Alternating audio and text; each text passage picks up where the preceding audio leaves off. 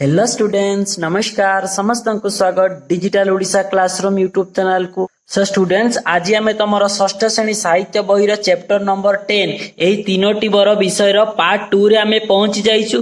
Part 1 ले आम starting रु आरंभ करी एही स्टार मार्क पर्यंत पढ़िथिलु। पार्ट 2 रे आम एठारु आरंभ करिबा एवं संपूर्ण विषयटी को आज आम समाप्त करिबा। पिला माने पार्ट 2 चलो आम आरंभ करिबा। जो माने पार्ट 1 देखिनो प्रथमे जाई तमे पार्ट 1 देखि दियो। पिला माने चलो एबे आमे पार्ट 2 को आरंभ करिबा। जो माने मोर क्लास गुडी को रेगुलर देखो से माने जानिथिबो आमे विषय आरंभ करिबा पूर्वरु एही थारु आरंभ करी विषय शेष मध्ये रे जहा भी नूतन शब्द अछि चलो प्रथमे आलोचना करिबा, तापरे आमे एही विषयटी को बुझिबारे लागिबा। एथिरे थिबा नूतन शब्द दुईटी कोन कोन ना कदाकार। कदाकार माने कोन ना असुंदर, आ मूढ़। मूढ़ माने कोन मूर्ख बा बुद्धिहीन।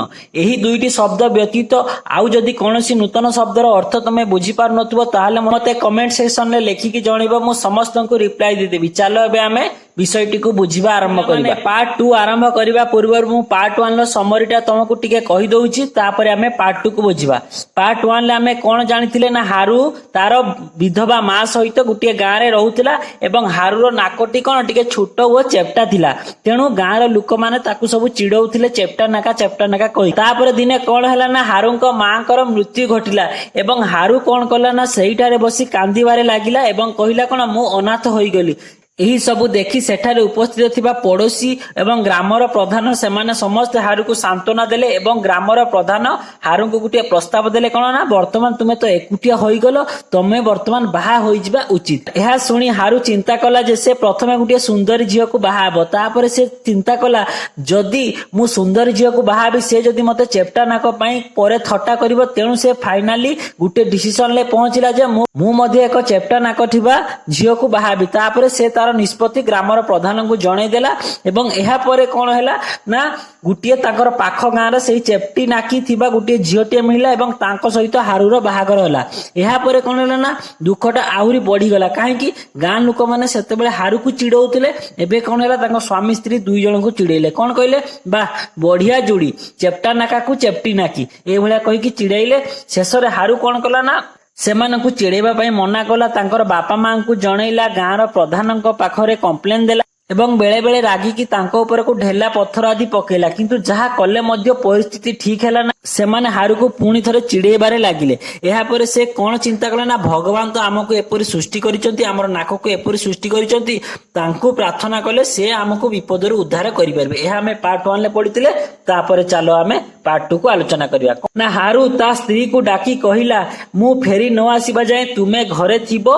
एहा कहि से अरण्य को गला। हारू जेमति चिंता कला जे मु जाउची भगवान को डाकीबी, तापरे से ता स्त्री को डाकी कोन कहिला मु वर्तमान भगवान को डाकिया को जाउची। तेणु कोंडी गला ना से अरण्य बा जंगल मध्ये गला।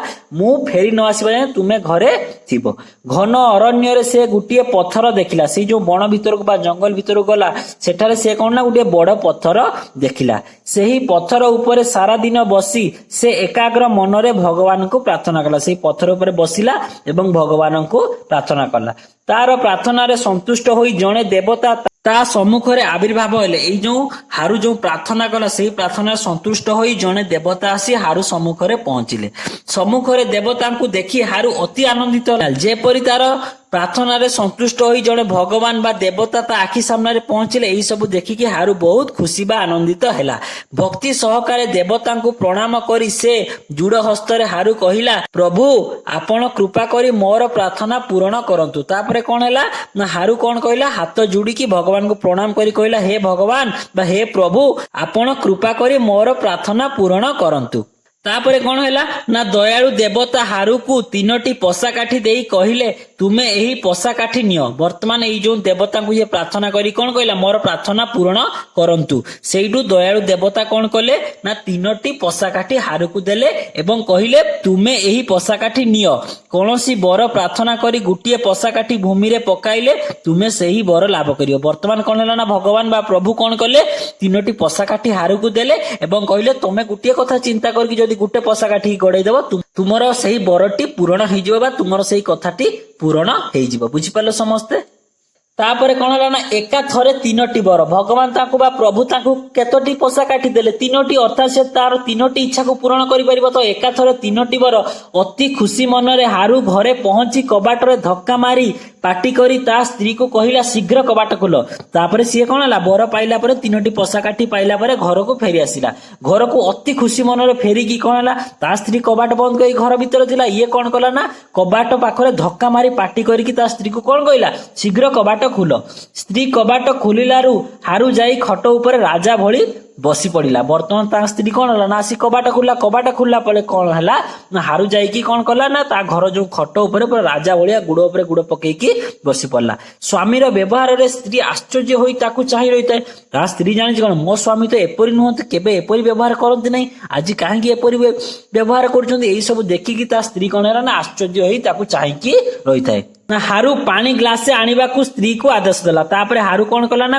खट ऊपर बसिकी ता स्त्री को कौन कहला पानी गुटे ग्लास नहीं कि आस तथापि स्त्री बल बल होई चाहि रही देखि हारू चित्कार करी कहला जाओ शीघ्र पानी आण ता स्त्री तो कौन आश्चर्य होई कौन मो स्वामी आज कहीं एपरी व्यवहार कर सी कौन आश्चर्य चाहिए अच्छी हारू से रागिकी चित्कार करके कौन कहला जाओ शीघ्र पानी आण एथर हारूर स्त्री कपाल रे बाम हाथ बाड़े कांदी कांदी कहला तुमर कौन हेला लो माँ तुमको किए पागल कर देइछिलो माँ वर्तमान हारूर एपरी व्यवहार देखि ता स्त्री कौन निजर बाम हाथ को तार कपाल रे बाड़े की कांदी कांदी कहला तुमर कौन हेला लो माँ तुमको किए पागल कर देइछिलो माँ ए भलिया सब कहला काहेकि ता स्वामी रे एपरी व्यवहार से केबे देखि नथला ए भली देखि भाबिला कौन मो स्वामी को किए पागल कर दी ना कौन यही कथा भाविकी ता स्त्री कौन कला बाम हाथ को मुंडरे बाड़े चलीला कांद बंद करी चुप हो ता स्त्री जेपरी कांदी कांदी यही भलिया सब कही चलला सेठू हारू पाटी करके कौन कहला कांद बंद करके चुप हो तापरे हठात ता स्त्री रो कान पाखरे चुप करी कहला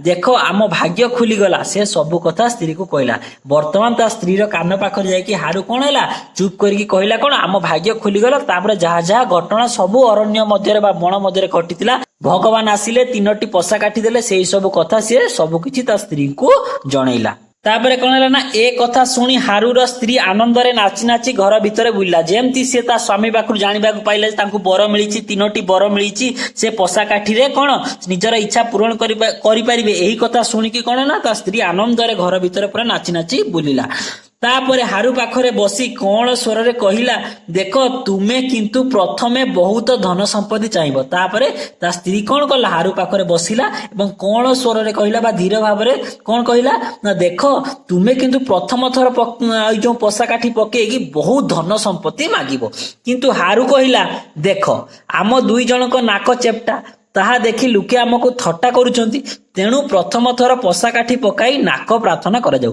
किंतु हारू कौन कहला देखो आम दी जनकर नाक कौन चेप्टा तेणु लोक मैंने कौन कर आमको सब थट्टा करुँच तेणु आम कौन करवा प्रथम पोषा काठी पकेगी आम नाक किपर ठीक हम से कथा आम प्रार्थना करवा स्त्री मत किंतु ताहा नुहे हारू किंतु कहूँ कौन नाक कथा आमर मागिबा किंतु स्त्री कौन कहूँ धन संपत्ति मागिब तेणु स्त्री मत ताहा नुहे स्त्री चाहे धन आउ हारू चाहे नाक जापर समस्ते दुई जनक मध्य जुक्ति तर्क है दी जनक कथा जेहेतु कौन मिशु ना तेणु दुई जनक मध्य जुक्ति तर्क है हारूर हाथ धरी तार स्त्री पोषा काठी पकाइबाकू देला नहीं बर्तमान हारू जेपरी नाक मागिब कहीकि पोषा काठी पकेला हारू ता स्त्री हारूर स्त्री कौन कला हारूर हाथ धरिकी आउ पोषा काठी पकाइबाकू देला नहीं एथिरे हारू रागी जाई स्त्री हाथरू निज हाथ छड़ाई नेला ओ पोषा काठी गड़ाई देई कहिला आमर केवल सुंदर नाक हो आउ किछि नुहे खाली नाक हो एथिरे रागी हारू कौन कला ता स्त्री जो हारूर हाथ को धरतिला हाथ को छड़ाई आनला आउ पोषा काठी गड़ाई देई कहिला आमर केवल सुंदर नाक हो आउ किछि नुहे खाली नाक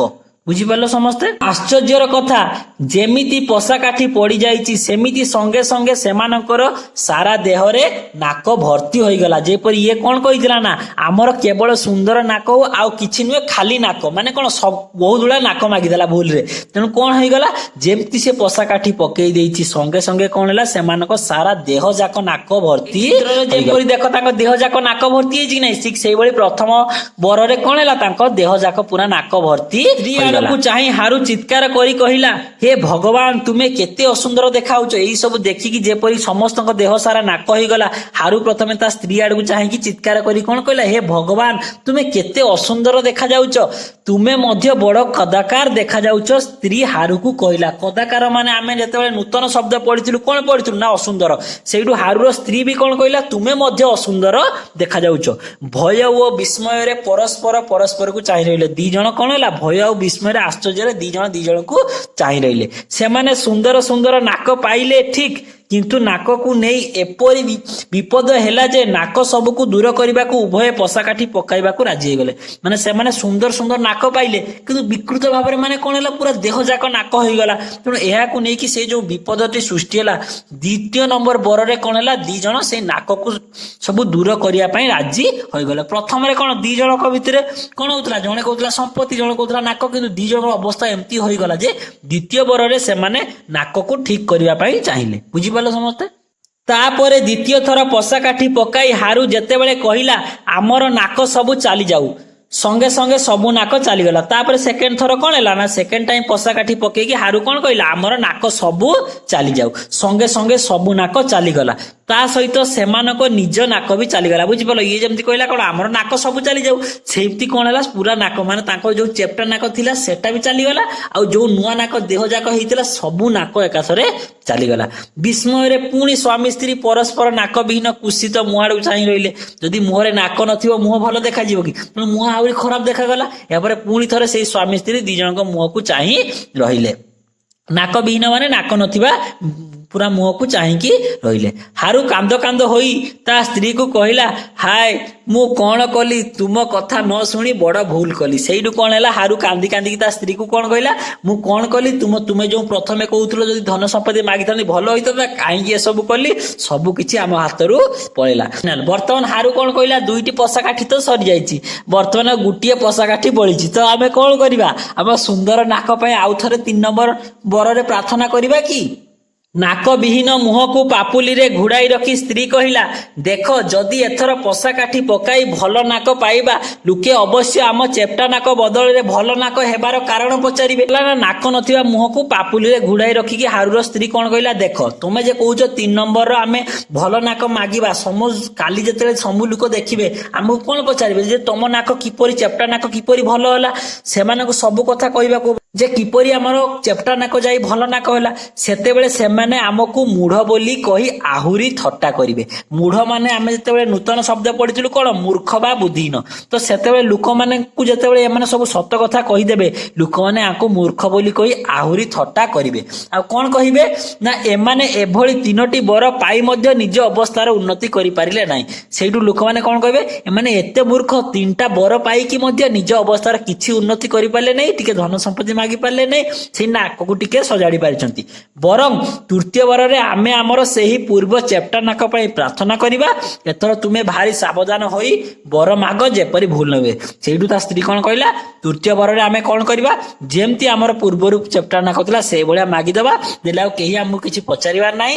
ବର୍ତ୍ତମାନ ତୁମେ କଣ କର, ସାବଧାନ ହେଇକି ଭଲ ଭାବରେ ବରଟିକୁ ମାଗ, ନହେଲେ ପ୍ରଥମ ଦ୍ୱିତୀୟ ଥର ଭଳିଆ ଭୁଲ ହୋଇଯାଇପାରେ।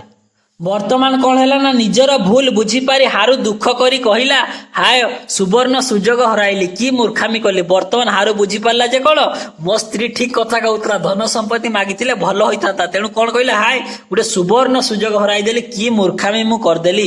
କିନ୍ତୁ ବର୍ତ୍ତମାନ ଦୁଃଖ କରି ଲାଭ କଣ, ତାପରେ କହିଲା କଣ, ବର୍ତ୍ତମାନ ଆଉ ଦୁଃଖ କରି ଲାଭ କଣ, 2ଟା ପଶାକାଠି ଅଲରେଡି ସରି ଗଲାଣି। ଶେଷରେ ହାରୁ ତୃତୀୟ ଥର ପଶାକାଠି ପକାଇ ପ୍ରାର୍ଥନା କଲା, ଠାକୁର କୃପା କରି ଆମର ଚେପ୍ଟା ନାକ 2ଟି ଏଥର ଫେରି ଦିଅନ୍ତୁ। ଲାଷ୍ଟର କଣ କଲା, ହାରୁ 3 ନମ୍ବର ପଶାକାଠି ପକେଇଲା ଏବଂ କଣ କହିଲା, ଠାକୁର କୃପା କରି ମାନେ କଣ ଆଶୀର୍ବାଦ କରି ଆମର ଚେପ୍ଟା ନାକ 2ଟି ଏଥର ଆମକୁ ଫେରେଇ ଦିଅନ୍ତୁ। ହାରୁର ପ୍ରାର୍ଥନା ପୂର୍ଣ୍ଣ ହେଲା, ସେମାନେ ଚେପ୍ଟା ନାକ ଫେରି ପାଇଲେ। ବର୍ତ୍ତମାନ ହାରୁର ପ୍ରାର୍ଥନା କଣ ହେଲା, ପୂରଣ ହେଲା। ସେମାନେ ପୂର୍ବରୁ ଯେପରି ତାଙ୍କର ଚେପ୍ଟା ନାକ ଥିଲା ସେଇଭଳି ନାକ ଆଉ ସେମାନେ ଫେରିକି ପାଇଲେ। ବୁଝିପାରିଲ ସମସ୍ତେ। ପାର୍ଟ 2 ଏଇଠାରେ ତମର ସମାପ୍ତ ହେଲା। ଯଦି ଭିଡିଓଟି ତମକୁ ଭଲ ଲାଗିଛି ସମସ୍ତେ ଭିଡିଓକୁ ଲାଇକ୍ କର ଏବଂ ସମସ୍ତେ ଡିଜିଟାଲ ଓଡ଼ିଶା କ୍ଲାସରୁମ୍ ୟୁଟ୍ୟୁବ ଚ୍ୟାନେଲକୁ को सब्सक्राइब करो समस्ते digital Odisha classroom YouTube channel को विजिट करो विजिट कला परे देखिबो तमरो षष्ठ श्रेणी साहित्य बही एक सुंदर प्लेलिस्ट तैयारी होईकी अछि एइतिरे सब विषय आलोचना प्रश्नोत्तर बहुत सुंदर भाव में कराई अछि समस्त ताको विजिट करो एवं क्लास गुडी को कंप्लीट करो। आजिर क्लास एडी समाप्त होला समस्त को बहुत बहुत धन्यवाद थैंक यू।